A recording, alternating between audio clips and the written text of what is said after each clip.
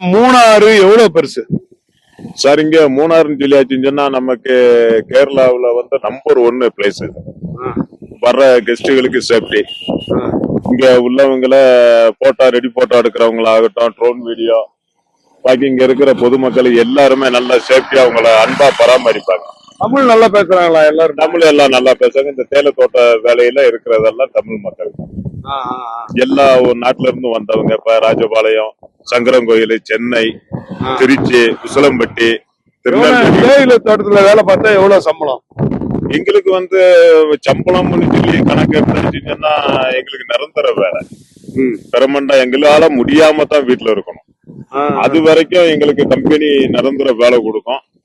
இருப்படம் கொடுத்திருக்காங்க. நிரந்தரமா வீடு, ஆஸ்பத்திரி வசதி, தண்ணி, விறகு, கொத்தி படுக்கிறதுக்கு கம்பளி, இதெல்லாம் கணக்குல.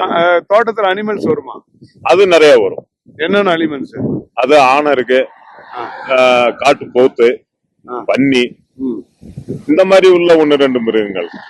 பகல்ல வருமா நைட்ல வருமா? நைட்ல தான் வரும். இப்ப சமயத்துல வந்து இந்த கடுவா இந்த மாதிரி உள்ள மிருகங்களை வந்து கொண்டு வந்து விட்டுருக்காங்களா இல்ல அது இயற்கையா இங்கேயே இருந்ததாங்கிறது எங்களுக்கு தெரியல. பசுமாடு வளர்க்குற மாடெல்லாம் அடிச்சு கொடுது. அப்படியா? ஆமா.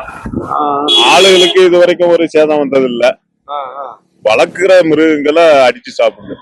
எத்தனை இடம் இருக்கு இங்க மூணாறுல?